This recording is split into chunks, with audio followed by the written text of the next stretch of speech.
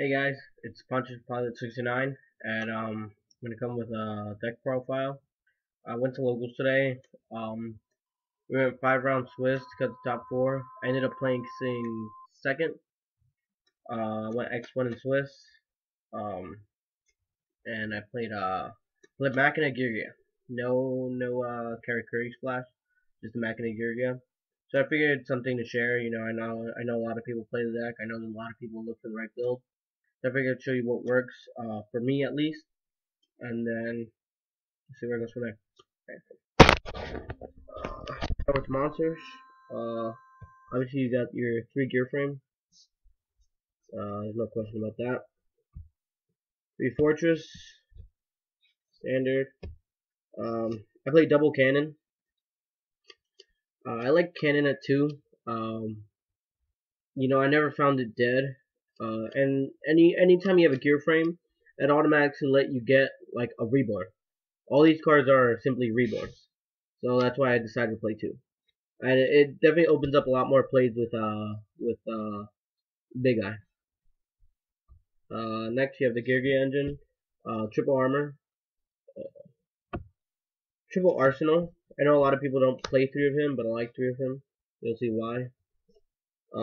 Next I play triple accelerator. And that's it for the Geargias. I don't play MK2. I don't like MK2. I don't really find any use for him. Like, I don't know why people play him. So I play 3, 3, and 3, and it seems to work out really well. Next I play the 2 card troopers. The card troopers are just there for especially game 2, people like to side into Thunder Kings. So the card troopers are just there to ram. And if anything, if you're playing against a mirror match, the mirror match is always dependent on whoever gets fortress out faster, and card trooper helps you get it to your grave. And the last monster is Tragodia. I play the 1 Tragodia just because sometimes you've got a hand lock, but sometimes you've got so much advantage where you have so many cards in your hand, and you take a hit, just drop Tragodia, and he can work.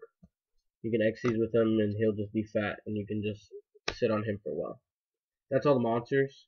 That's a total of 1, 2, 3, 4, 5, 6, 8, 9, 10, 11, 12, 13, 14, 15, 16, 17, 18, 19. That's 20 monsters. So it's a pretty nice monster count.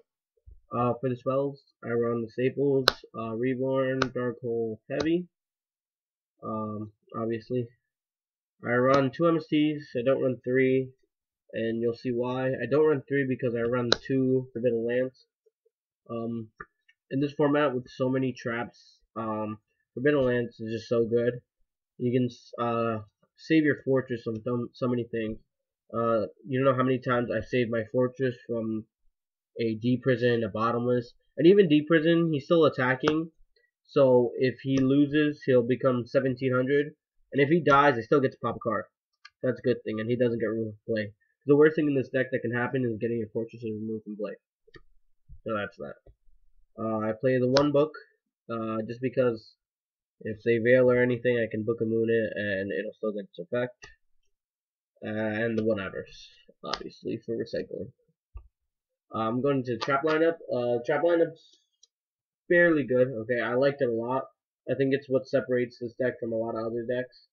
So I'll show you the trap lineup. It's double Fiendish Chain. As you notice, I didn't play any hand traps. The hand traps were just too slow for me. I didn't like them.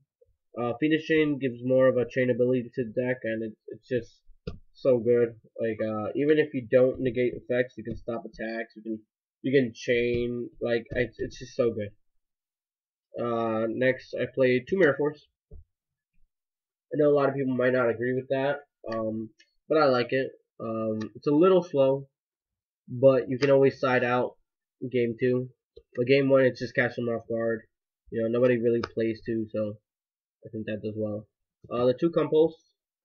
The only reason I don't play 3 is because in some matchups it's not really good. You know what I mean? It's like the mirror match is not really good. The dark world match is not good. So I play 2. I usually side out some, or I put. Yeah, it depends on what you're playing. The double torrential. Most people only play one with this deck, and I understand you have a lot of field presence, but there's just times where you have so much hand power that you can give up your field, you know, where it doesn't really matter, and you're going minus on the field, but you're taking out problem monsters like a Spirit Reaper, like a Grapha, like things like that. We got the Solemn Brigade, and then this is my preference. I don't exactly know why, but it just works for me. I'm playing one bottomless. I'm not playing two. I just don't have the space for the second one. I'm playing 42 as it is, and I don't know. It works out. And then the one Starlight Row, because you set back row, and it not only allows you to set back row, but it allows you to go off. So you don't have to fear your armor, your accelerator getting torrential, getting any of that. So that's cool. We'll move on to the extra deck. Worst token. The double gear giant. I know in a lot of gadgets they don't really need two, but in this deck you really do. Especially when a lot of people are playing bottomlesses. It's just you need two, and they're just so broken. We'll keep going with the rank forwards. I've got two Matrix. Matrix is so good in this deck, just because he has so much utility. You know, you can sit on him like a Zen mains, or you can activate his effect and, you know, swing over something, and his effect is just too broken not to play. Next, I've got the one Butterfly. Again, stupid as hell in the mirror match, because the armor misses timing when you flip him and other stuff like that. That's not mandatory. They'll miss timing. That card's just ridiculous. The double Utopia. I really have no reason for playing two. I just don't want to look for Utopia Ray, so I'm playing two Utopias. Next, I'm playing the Gemini Pearl. Really situational. Not really. Doesn't really come out much. You've got the Fairy King, and I'm not sure why people they extra deck it, but they don't really use it. You know, I use it all the time. It's such a good card. Like, it is ridiculously good, and it can like get rid of problem monsters so easily. You know, so that's why I run her. The Kachikochi. I just play him because a lot of times it's a Veiler. It's baits out the Veilers. It baits out Bottomless. Some people get really like scared when that comes out, so that's why I play that. The one Shockmaster. When you can shock lock in this deck, it's pretty effective. You know, because you have so much back row, and on top of that, you got a Shockmaster lock. It's ridiculous. So that's it for the rank forwards. I've got the one rank 7, the big guy. This card is insane. Like, it is just MVP all the way.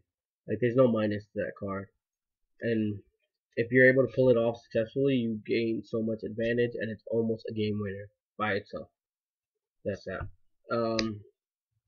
And the last two cards I play in my extra deck are Chimeric Force Dragon, because I side the Cyber Dragons. The Stardust for the Starlight Road, and a Black Rose just for shits and giggles. I don't really have an easy way of making it, but just in case I need it or something like that. Okay. My side deck was pretty bad today. I don't even know if I have all of it here. No, I don't. Hold up. Yeah, I'm gonna show you what I did run though. I ran one Gozen. I would probably run more of those, but I didn't have any more. So I ran the one Gozen and the one Rivalry. Next I ran the one Gozen and two Rivalry, but I would switch it up because Gozen's a lot better against more deck. Next I had the two Kinetic Soldier, just because the hero matchup is retarded. I ran one Black Horn of Heaven because the card's just good. It stops Fortress, it stops Grapha, so that's why I did that.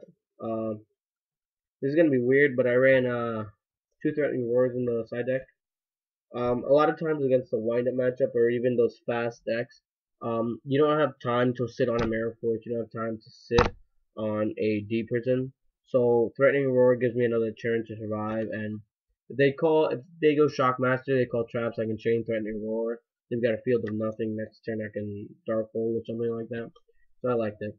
I played the Veiler. Just one Veiler.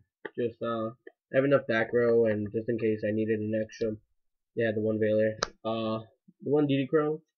I felt the need to play it. Just needed to. One Light Imprisoning and two Cyber Dragons. I think that's 15. If not, I'm missing some stuff.